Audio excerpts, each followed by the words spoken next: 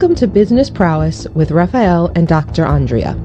Our show will bring you the best insights, ideas, and inspiration from successful entrepreneurs and CEOs in the business world. Don't miss out on the opportunity to learn from the best and stay ahead of the game. Sifu Rafael is the founder of 5 unique shows. He's a fitness professional, solutions expert, executive coach, and head instructor at Max Martial Arts and Fitness in New York. Dr. Andrea Adams-Miller is an award-winning international keynote speaker, best-selling author, and CEO of the Red Carpet Connection Publicity, Publishing, and Talent Agency, and CEO of IgniteYourRelationship.com. Known as the Dream Maker, she makes visionaries' dreams come true, bigger than they ever dare to desire. Dr. Andrea, happy Friday. How are you today? Hunky-dory. I had to laugh at the beginning of this. I went like this to be excited, and I flipped my laptop up in the air and just went flying across the room. And luckily, I was able to re-enter and be here. I'm like, wow, I just entered with a bang. Yes, you did.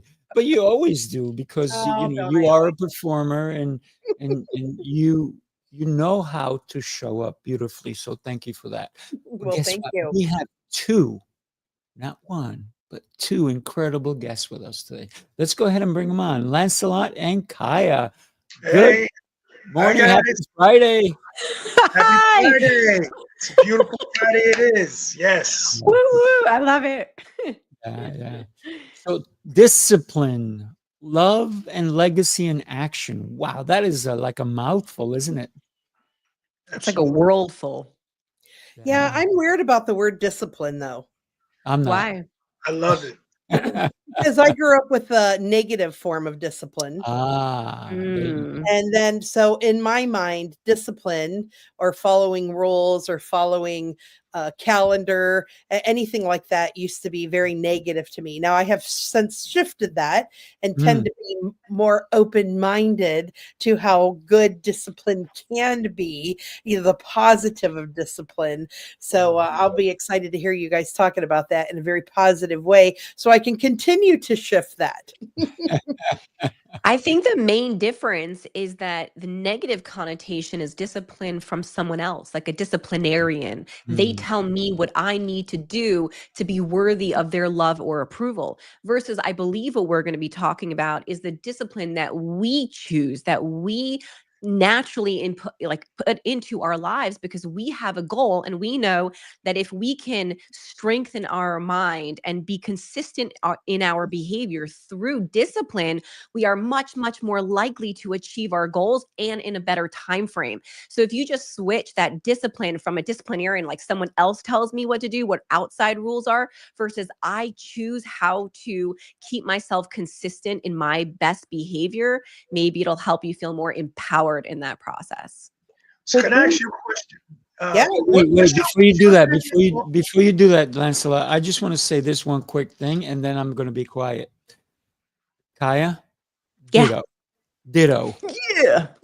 All right, so my question is, what is your thoughts on physical discipline? I know that I'm sure Dr. Andrea would say it's negative, but as a person that received physical discipline coming up in the hoods of Brooklyn, I appreciate it. And this is always a wonderful conversation to have. They always say Michael Jackson's father was horrible because he beat them. And I say he beat them right into success. And growing up in where they did grow up, it was very hard to raise 5 boys and keep them in line. So what's your thoughts? Well, I have a really big I worked for the Michael Jackson family. So, so there are forms of discipline that I think I can respect. And I think I was too harsh of a disciplinarian with my first child compared to my second 2 children. And the more I know, I think I would use discipline differently than physical punishment and manipulation and making them feel bad about themselves, because that's what I thought was positive. So yeah, the kids ended up being very successful in the Michael Jackson family, but there's a lot of trauma that came along with all of that too. And their mother is an absolutely lovely woman, just absolutely lovely. So yeah. And I think you have to look at like how you define success. you have to redefine success or define success to understand if that's what you think it's going to achieve. Because just because Michael Jackson or whomever you're speaking about maybe hit a level of success with money or with finances or with becoming famous, it doesn't mean they didn't suffer suicidal ideations, relationships falling apart, high levels of anxiety, physical issues. So you really want to make sure you're defining success in a way that there's functionality and enjoyment of life, not only hitting goals of fame or fortune. And so, if you're going to enjoy life and also not traumatize the next nation, you need to know how to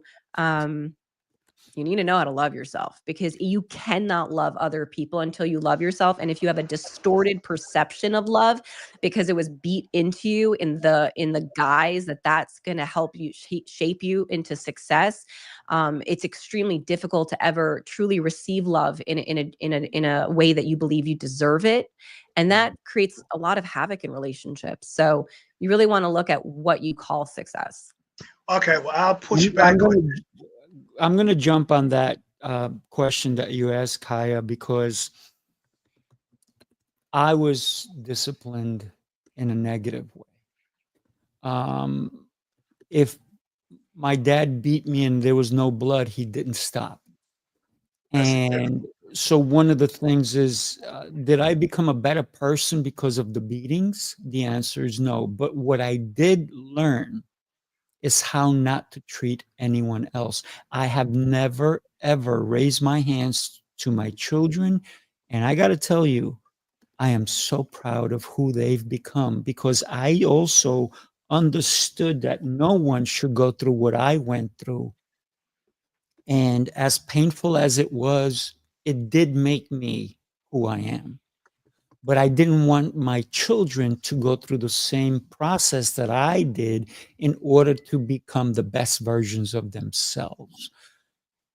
My mom was no different. I mean, she used to beat me too. Why? Because I'm number 10 of 12 kids. So maybe, do I blame them? Or they just had enough and they just beat anybody in front of them. And sometimes I would just walk into the room and get a beating just because I was present. So it wasn't that I did something wrong. Don't get me wrong. I did things wrong, right? Because I'm a kid. I'm going to do the wrong thing. But to get discipline in the wrong way, and like everybody has said, there is pain that can carry you forever and ever. I let go of that pain. I never held on to it. I loved my mom and my dad before they died. I forgave them at the age of 18, but they never even knew it, because it wasn't about me hanging something over them. It was about me letting go of the pain that they gave me and being a better and bigger person than they ever imagined. And guess what? Without realizing it, they showed me love I never felt when I was a child, because neither one of them ever hugged me. So how do we deal with discipline? I'm a very disciplined person. You called me at 5 o'clock this morning, didn't you? That's a lot, right? Yes, that's I- always. yeah, Absolutely. we're both up early risers. We're very disciplined human beings because we know that we have a mission in life. So thank you for letting me share. I got heated there for a moment. I liked it. Well, I will say this, that there's always a different perspective. And coming from growing up in Brooklyn and being a hard-headed kid, and my parents letting me know that you're not going to run this house. And this whole idea of going up in the wall, against the wall, and time out and stuff was not going to work with me. I just was that kind of kid. And I appreciate what they did, and they kept me in line. And I am a very successful person. I don't have children. I have a stepchild I've never had. But I'm here to say that that kind of discipline is the reason why I am the person I am today. So I look at it from a positive standpoint. It wasn't like I was getting beat for no reason. It wasn't like I was getting beat until I was bloody, but they were letting me know that I don't care how big you think you get, you will have this, you will have respect for this house and your parents. And I needed that, so that's just another perspective. Absolutely. I love that. Yeah. My kids respect me fully. Plus, if it came to push comes to shove, they also know that I can still beat them because I am been practicing martial arts for over 50 years. So they know who I am, but I would never raise a hand to my own kids. Yeah, I have to second that. I have 2 kids and they do stupid stuff all the time because they're children. But the benefit is that the respect is inherent and from a powerful place of love and connection versus a place of fear. So there are many people who can hit success. We have plenty of billionaires and millionaires. They are also very, very common multimillionaires who have committed suicide. And there's extensive many of those. So, you don't know what's going to happen in your child's life when they're 20, 30, 40, 50, 60 years old. But what we can do is facilitate a relationship where they have it within themselves and within their parents of one of connection versus fear, in a sense that they can surrender. My children are not afraid to talk back to me. And I love that because it is a sign that we have a working functional relationship, not a fear-based hierarchy relationship. And as they age, they will not see me as a superior, but someone that they value instead of just love. And I much prefer that value where they can come to me. See, my father was very more disciplinarian. This is what you do. This is respect. Ask me if I went to him during my hard times in life. No. But my mom, who gave me the unconditional love, was really a much more helpful figure in my life to get me through hard times and still is to this day. So again, you have to redefine what you consider success. And I think that you want someone who has the capacity to love and not to hurt as they age. And when you have too much pain or too much love that was guised as pain, meaning I hit you so you can love or have respect in my home, it takes away from the capacity of intimacy and connection in relationships. You have a lower capacity and a lower comfort with intimacy in your relationships when you've had too much distorted love in the guise of pain. Yeah. I gotta say this has become a conversation I did not even expect today. But here's the light of it, right? Because when we are thinking of love, right, we're talking about discipline, and I love the fact that we are also talking about the self-discipline. But there's certain people that punish themselves through discipline. I don't punish myself. I reward myself because of my discipline. My discipline has allowed me to have many different businesses. And actually, I am in business with my son who decided that he wanted to be in business with me. It wasn't a pressure. It was like, I love what you're doing, Dad. Can I be part of this? I'm like, absolutely. And when we can show love, but also show that there's discipline in the way we treat our day, the way we treat ourselves, I think that really speaks volumes.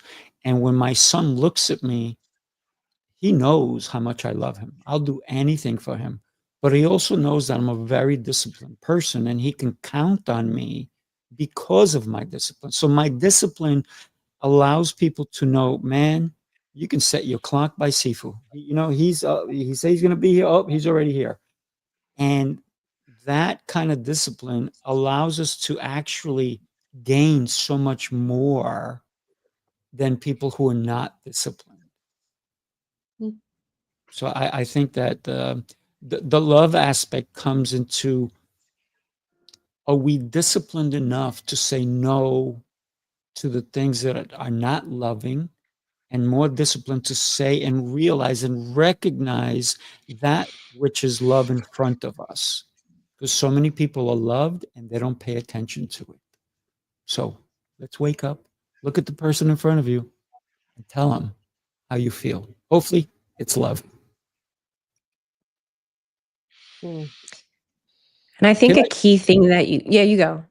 I just want to share this with you guys because Lancelot and I are doing something really incredible, and I want to share it with you guys. Take a look.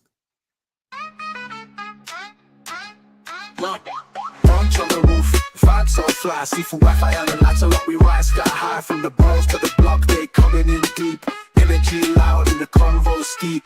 Elevate minds, build real ties. This ain't no talk, it's where futures rise. July 20th, make that move. NYC heat with a global groove. Secure your spot, don't miss this truth. We brunching with purpose high up on the roof. Secure your spot, don't miss this truth. We brunching with purpose high up on the roof. What? Who's Good having fun now? And Loving that's it. the song that I put together last night. I was sleeping. I was telling you guys earlier. I was sleeping, and at 12:39, I had to wake up. I had to go put it together, and then this morning I put that video together because Nice. when inspiration hits, So you true. don't quiet. You don't quiet. So true. Absolutely. And we, by the way, we love everybody. If you can make it, reach out to me or reach out to Lancelot, and we would Absolutely. love to help you be there with us. That's right. I'm just liking the music so much. I want that as like bed music for our show. It's Yeah. good music, right? It's good Very music. good. I love it. I love it. I Uh-huh. love it. Nice, Great. and a nice rhythm and beat to it. I love it. Very catchy. So I'm It's like excited. classic reggaeton. Yeah. So you've got some really fun, great people coming to your event. Sounds absolutely lovely. Ah, I'm liking it. So, Yeah. so how did you two guys meet? Well, at an event called A to B Con. Oh, at Brandon's. Okay. Okay. Cool. Yeah, at Brandon's. And I met Brandon because Brandon came to a red carpet event at a premiere. And I just started introducing myself because I'm a firm believer that relationships and establishing and cultivating relationships is how you grow. So I made up my mind at the premiere, I was just going to go around and just introduce myself to everybody that was there. Yeah. I met Brandon, and then he invited me to the A to B Con. I got there, and then I said, I'm going to meet as many people as I can meet there. And Sifu and I met each other, and then we took it upon ourselves afterwards to go out to lunch together. And then we started talking and building relationships again. And this is how we got together. But I'm a firm believer in relationship building and meeting like-minded people. Birds in the feather flock together, steel sharpens steel. And him and I feel are going to change the world in our own way because we both think a lot alike. I got to say one thing about Lancelot. He is such an attractive, energy, positive person that I could not get to him at this whole event. And I kept looking over and every time people were flocking to him. And I knew like 5 minutes before he had to head out, I just bum rushed him and I said, dude, I've been meaning to meet you all weekend and we have to take a selfie. We took a selfie and then we connected, but he goes, I got to run out. I'm like, great. I said, we'll be in touch. Right. Yeah. But I knew that I needed to connect with that energy. And man, we've been going on a rocket. That's why I put that rocket in the video, right? Because it definitely has been a connection that, and like you said, we're going to change the way people think about things, right? And when you get some great energy together, I mean, it's powerful. Yeah. So I'm happy we're connected, brother. Yeah, absolutely. Same here. And it's just, it's interesting. This last year, I've made that choice and decision that I was going to start to find more people, like-minded people, because, I've been doing certain things for many years and it's not working for me. And I just decided you know, time is of the essence. So I got to get rid of some things in order to leave myself open for others. And I just, once you make that decision, and I say, I have affirmations I say every morning. I attract opportunities, I find solutions, and I create my own success. And damn sure if that's not happening, but you have to get rid of the things that are not working for you. And I did that, and I'm happy that I've done that, and I'm happy that I've met you. This is all about the universal plan and universal energy shifting. So Yeah, yeah. So that's love, right? And when we love, we create a legacy, and that's why I love the love and legacy action part of this whole conversation, because it's the way we treat one another, the way we embody who we are supposed to be, that we can leave that legacy. 500 years from now, I want my lineage of people to remember me by my actions today, the way I made people feel, the way I helped people along the way.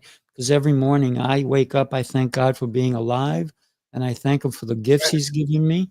yes. And then I ask Him to guide me. And then I ask Him to please allow me to share those gifts. So every day I live with intention. And when somebody says to me, "How come you're so happy all the time?" I said, "Because the other choice is being miserable, and I don't like that. I don't want that." I like that. So talk to us about love Hey, and legacy. Who's up? Which one? Pick either or pick both. well, I think you go. okay. I don't want to hog up the no, ladies first. Yeah, Chaya. Are What a you gen- sure? what a Yeah, gentleman. I love it. Yes, of course. You're so sweet, Lancelot. Okay. thank you. If you know, like they should have little lights so I know when it's my turn. um, so I think that having intention is a really powerful way, and leaving love and legacy needs to be your intention. Like first, I want to be able to create something beyond myself, right? That's the legacy. When I die, there's more after me. What am I going to leave, if anything? And then the second thing is the love, right? So if I'm going to leave a legacy with things that exist beyond me, with people that knew me, with my children, with the extension of what I create, is that going to be with love or fear or criticism? As a healer and as someone who works in relationships, a lot of people reach success with high levels of criticism on themselves, and they end up in their 50s, 60s, and 70s with physical ailments. So cancer, heart disease, tumors.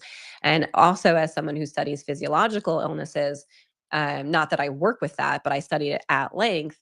And there's hundreds of thousands of stories of people who had cancer and other tumors and healed that completely without any medical treatment from the hospitals, because they resolved trauma It's and resentment. mhm. So, we also, again, have to go to the end of life back. If we're talking about legacy, which is essentially death after us, we also have to look at the part of our life right before death. Are we going to get to our deathbed without hurting people along the way? Mm. And the people we hurt are not our business partners or our fucking or like really successful, like Hey, girl. inspirational people. It's Uh, the ones close to us that people don't see behind closed doors. Mm. It's the people who live with us on rough days when the shit hits the fan and we either are angry and disconnected or critical of ourselves and others, or we're freaking grateful and positive and focused. So love and legacy, again, you have to keep going back towards your deathbed and after, and saying, not with the successes of how much money I make and the voice of the message that I leave in my world, but in my inner circles, the people who will really carry my energy. What's my capacity of love and care versus criticism and fear? Mm. Yeah. well, I'd say that's beautiful, by the way. And I'd say for me, I, for a long time, have known what my purpose is. I've been blessed with situations that have allowed me to find out what my purpose was. When I was younger, I was in a plane crash, car crash, train accident, and almost drowned, and had a friend of mine drown right in front of me. That happened 6 months from each other. All of that happened within 6 months. And I had a dream that, I was this gift from God, and that my purpose was to be a beacon of positive light and energy to people around the world. And it was up to me to figure out what that platform was. And the legacy will be me figuring out what that, bringing all worlds leading to this point right here, and showing people and teaching people that your past doesn't dictate your future, and that your real power and your happiness is in reinventing yourself into the things that God gave you to be. You know what I mean? And that's the platform, and that's the legacy that I would like to leave behind, is that show people that at any time, at any stage of your life, that you can reinvent yourself into anything you want. And you do it by first and foremost having the courage to be consistent, and having the courage to put that work in, and having the courage to love others. So that's why I'm very keen about my legacy and leaving that behind. Yeah. Every day we need to engage with ourselves. Sometimes we're so focused on other people that we forget us. And I think this is where I wake up so early, because I am the most selfish person you'll ever meet when I'm by myself, but I am not that person when I'm with others. For me, it's about serving others. That's why I have to serve me first, right? So yeah, I am super hungry when I wake up in the morning. I serve me tons, and it's all about me. I go work out. I do all these things, cold showers, reading, all of these things, so I can serve me, so that when I meet another person, and I like saying that I like to walk around the block more than once, so that every time I walk around the block, I meet a different person.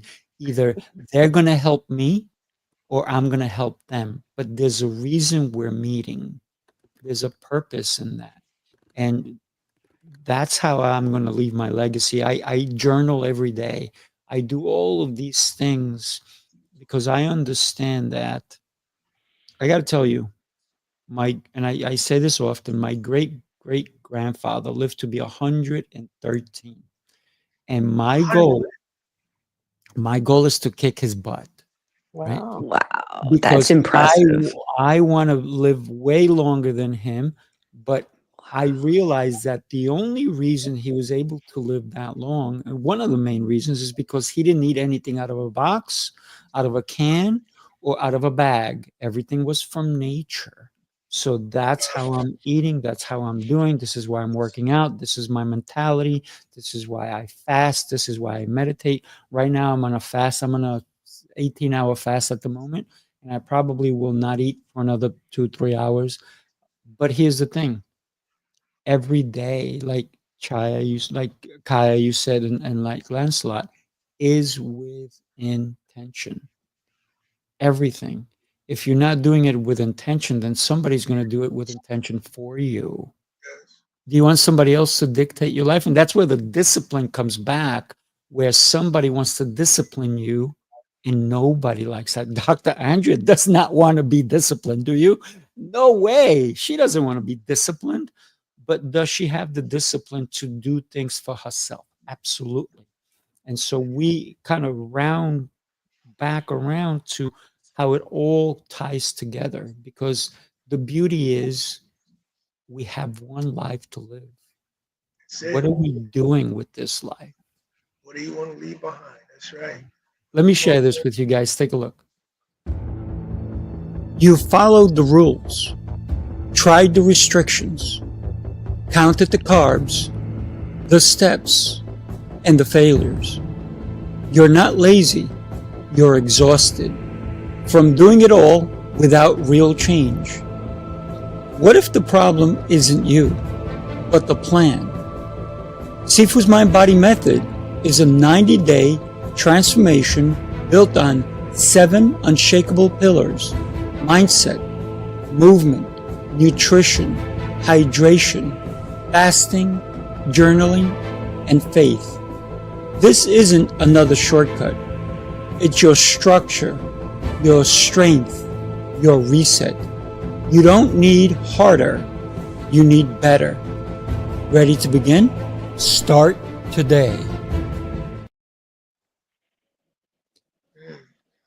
I believe in that so much that I decided to share the way I live my life with others, so that I can guide and help anybody who may need it. And that's why I started Sifu's Mind Body Method. That's it. I'm done. Thank you.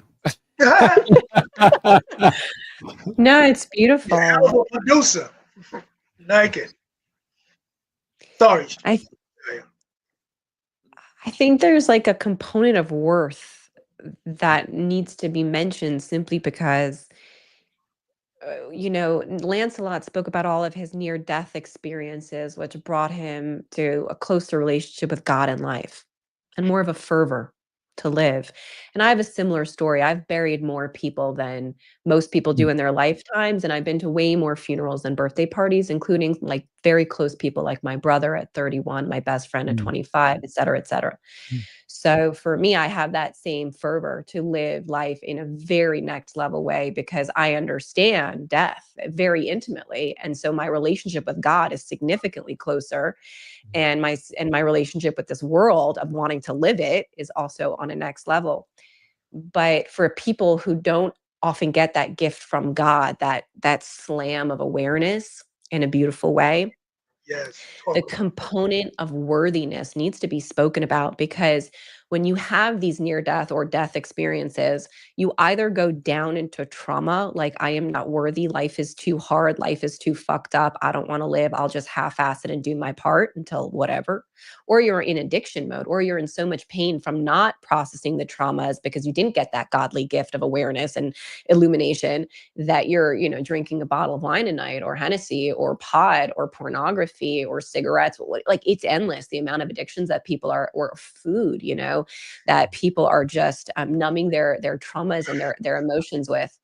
And so if you don't have the sense of worthiness, that like I am worthy of a good life, I am worthy of love, I'm worthy of putting in this discipline to create my successes, it is very, very easy to allow your traumas to define you as effed up and less than, versus completely loved by God and worthy of putting in the discipline to get your success.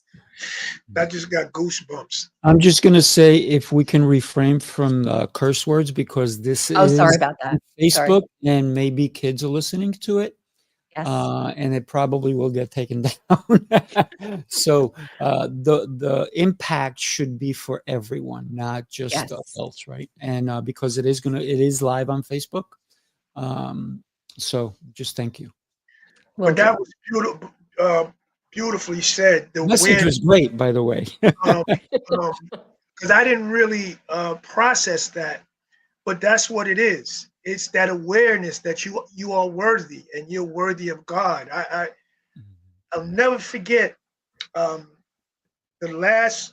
drowning. And a friend of mine, they called my mother, told her it's been an accident, and come on down to Reese Beach. Now she gets there hysterical, and she says, "What did I do for all this bad karma to come back on my son?"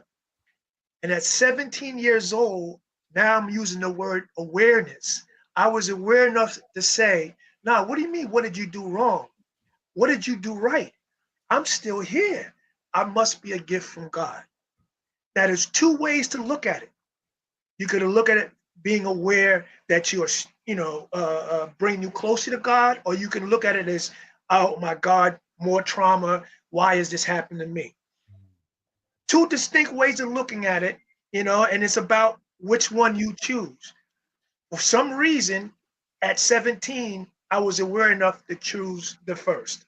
You know what I mean? But you saying that and describing it the way you did woke me up and said, wow, that was about awareness. And if we could teach others to be aware and understand that their trauma is beneficial, because this is the things that that make you a superpower. You've gotten through this. So these things that has happened to you are the things you used in order to move forward. You know what I mean? And it's about being aware of that.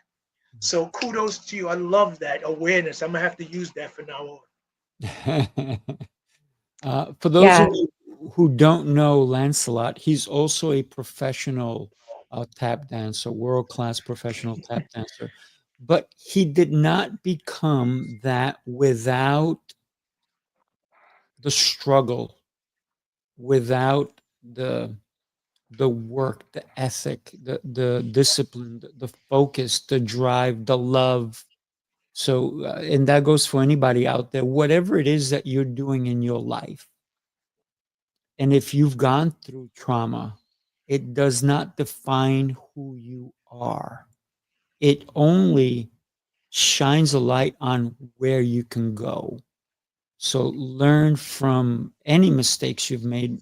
It's always better to learn from someone else's mistake, right? If you see somebody touch something hot, you go, I didn't learn is that really hot? Should I go touch it? No, because at that point you have to decide, I don't necessarily have to be first to learn.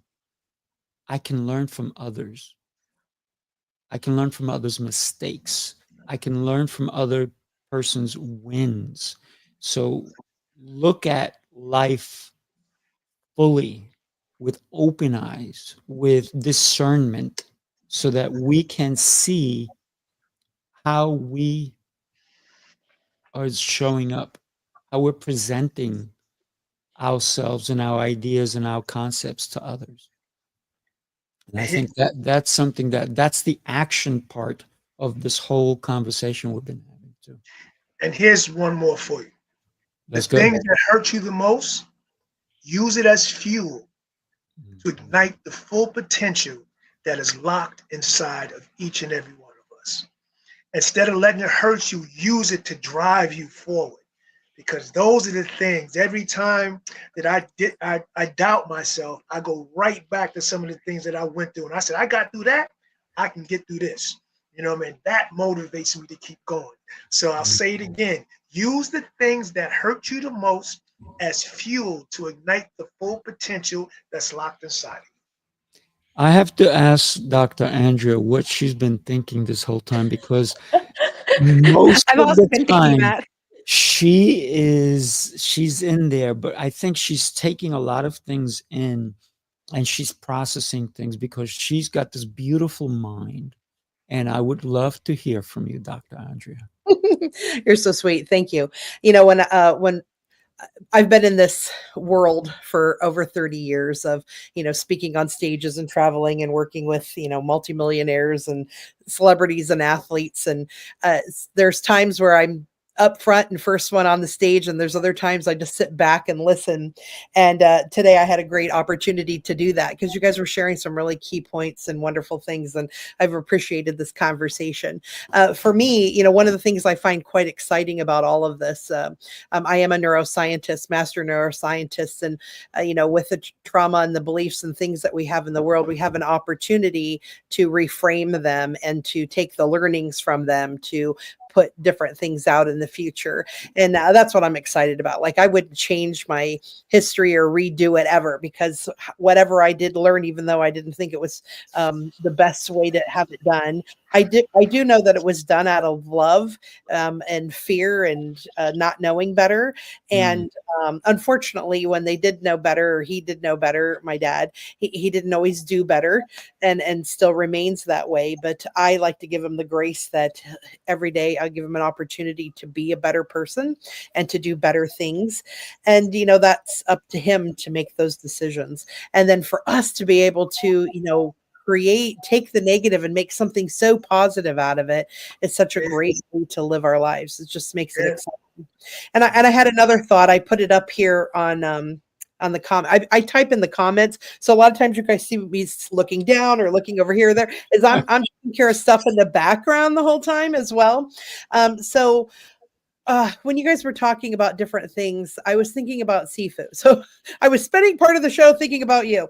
And so I wrote, Dr. Andrea refers to Sifu Rafael as Sifu Rafael Gomez is the monk of motion, disciplined in inner stillness, lethal in skill and precision, and unstoppable action. Wow. Wow. Where am I sending the check? Well, that is just a taste of what I do. I do. I'm the person who connects the dots for all these wonderful, amazing people that are doing some really big things in the world, so they can build and secure their empires and their legacy, so they're not only living them now, but they last them after their death. So, yeah, that's a little of what I do. I love it. Beautiful. An easy way that I explain it to a lot of my clients is you can take your pain and transform it to your pleasure and your traumas into your treasures. Because like what Lancelot was saying, you and Sifu and Dr. Andrea, we're all speaking the same language. It's that the bad things you've gone through are your greatest strengths. Like Yes. my origin story is I always wanted to get married and be a wife and be kids. And then I dated, someone at 26 and then he left me to go snort ketamine. And I was like, wait, what? And I could have been like, he's the addict. What's wrong with him? He's so, but I said, how did I create this? What about my belief systems attracted someone who would abandon me? And then I had to go back into all of my abandonment issues that were so subconscious. The divorce, the death, all this. And then I was like, oh, I am blah, blah, blah, blah, blah, right? I used my trauma to become my treasure. Now I work with single entrepreneurs, high achievers, multi-million women all over the world who all have similar issues that they can drive for success in their career, but not in love. And I used my trauma to become such an expert understanding how we attract people that I now use it as my treasure to help change the lives of women and the families that come from them forever. So your traumas are your treasures and your pain does become your pleasure because you can use your mess as your message and make it the reason you wake up every day with hunger and discipline to help people never go through what you went through because God gifted you with that knowledge to transform. Amen. The So trauma is your treasure, yeah, And your pain is your pleasure. and your pain is your pleasure. Mhm. Yeah. We are rounding at the end of the show here, so it's time for us to do our end recaps. So Sifu usually leads this, but I thought I'd jump in today. Lancelot, why don't you have 45 seconds to say what hasn't been unsaid? What do you need to say that just that burning desire? Let it out. Talk about. Oh, talk about. Well, here's one for you. I have a movie coming out, and I would encourage all to see it. I think it's a wonderful movie. It's called The Veteran, and I play a billionaire who has some traumas and from his past trauma from his family, and winds up taking in a Vietnam vet who has been addicted to opioids and winds up becoming homeless. We don't know his backstory, but we find out that there's very similar backstories, and my character takes him in, cleans him up, and he becomes a very successful person. But it's a story about humanity. It's a story about love, but it's also a story about shining a light on what America does a lot of times to our Vietnam vets. And I encourage people to go out and see that. We also have a movie out right now on Amazon Prime and Fox Soul that's doing extremely well called Security Guard. It's got, I think, over 1 million downloads already. So, and it's an independent film. What's the name of the first movie? Veteran. Veteran. It is and called. I have the lead, the second lead. So this is a major, major thing for me. And then Security Guard is out right now on Amazon Prime and Fox Soul. And by the way, if you see the bottom of the screen, that's how you can connect with Lancelot. You go to his Facebook. He's really a friendly guy, even though sometimes you got to see how strong this guy is, but he's a super sweetheart. So Yes. go ahead and connect with him as well. Dr. Andrea, I leave it to you. Oh, you want me to go next? Okay, cool. I'm used to going next to last. All right. So, early at the beginning of the show, we talked about discipline and so forth. And it made me think I did a small short film. It was called, I think it was called The Tree. And it was a little short, like 3 or 4 minute film for parental awareness about their discipline. And I played a really horrible mother who was mean and grouchy and very physically disciplining of their child. I wouldn't even call it discipline, just physical abuse. And at the end, they show the tree, this like little tree house. Oh, it's called the tree house, the little tree house, and the boy doesn't come out of it. And so the assumption is that he's probably committed suicide. And movies are very powerful at letting us tell stories and showing people what their actions can do or can put other people in a state of. And at the same time, I want to remind people that, there's professionals like all of us. If you don't see me, see somebody who can help you change and shift that state so that you realize there's other decisions that can be made that are more positive, where you can turn things that feel traumatic and horrible into something really positive so that you can not only help yourself, but help others. So I'm Dr. Andrea Adams-Miller, the red card. And please go do something powerful today. Yes. Chaya. I love that. Letting my tears flow freely and naturally. How many women I speak with all the time who are dying behind closed doors. They are suffering in silence with men who beat them or who neglect them or who are addicts and just don't show up for them. And they allow themselves to live in misery. So my 45-second thing is for both corporate and women in business. You deserve so much more. And so I speak on stages as a keynote speaker to help people learn this concept of trauma to treasure and owning life on a different level by tolerating significantly less pain from other people. And then at the same time, increasing your own tolerance for the pain you can go through discipline, through pushing through hard times, through getting out of relationships that are not bringing you joy and are slowly killing you, even if it's not the actual death yet. And so if you want someone on your stage to inspire your audience, to help them increase their productivity and have a culture in corporate that transforms your business, that's one thing I do. And the other thing is the private clients with high achieving women, because so many women are vying for love through the approval and achievements without that powerful, vulnerable component of I am worthy of love, not because of what I do, but because of who I am. And so if you want to reach me, you can go to connectwithchaya.com. My name is spelled Chaya, and it's literally just my booking link. No fancy thrills, no websites, no lead magnets. I have those too. But if you feel this is right for you, or if you want me on your stage, go to connectwithchaya.com and book a time, and we'll speak human to human, soul to soul, and let's change the world one heart at a time. Beautiful. I got to say, everybody on this panel right now, stage, virtual, whatever you want to call it, is a professional speaker. So if you're looking for a professional speaker, you have 4 to choose from right here. Pick any one of us, right? It's a beautiful thing. We can all connect. When we can all come, we can impact your audience at a higher level and leave them with a wow experience, not just like, oh, God, I was at another show and boring. No, not here. Right? Not with the speakers who are on here.